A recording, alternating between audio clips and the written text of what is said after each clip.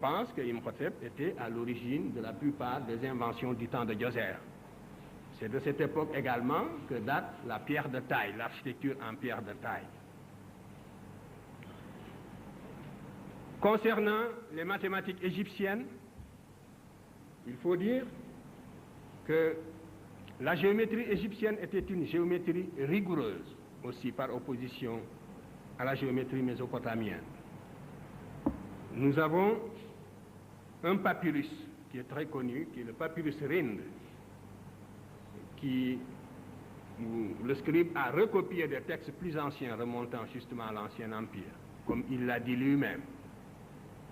Nous avons également le papyrus de Moscou, où il y a des exercices mathématiques d'un très haut niveau qui donnent une idée précisément des connaissances mathématiques que les Égyptiens avaient assimilées et qu'ils vont ensuite transmettre aux Grecs, lesquels Grecs seront Pythagore, d'abord Thalès de Milet, Pythagore, Platon lui-même, Eudoxe et bien d'autres.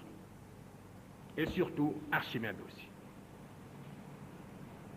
Nous verrons tout à l'heure les problèmes qui sont traités dans le papyrus Rind.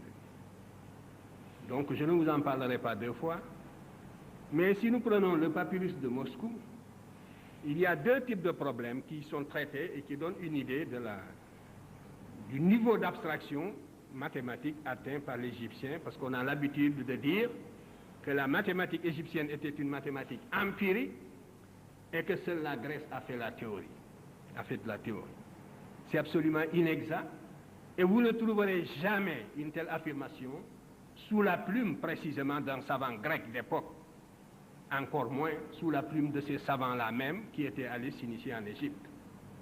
Vous ne le trouvez pas chez Pythagore, puisque nous n'avons pas une seule ligne de Pythagore, rien du tout. Vous ne le trouverez pas chez Thalès. Thalès n'a pas écrit une seule ligne sur les mathématiques. On lui a attribué un théorème très discutable, nous le verrons tout à l'heure. Thalès a écrit tout au plus une lettre discutable à Phérécyde, et dans laquelle il disait à Phérécyde, si toutefois cette lettre était authentique, qu'il n'aimait pas écrire, et que donc il préférait voyager. Voilà tout ce que nous avons de Thalès. Sinon, nous avons la biographie donnée par Diogène Laërce, où on lui attribue l'année de 365 jours inventée par les Égyptiens à la proto-histoire. Vous voyez.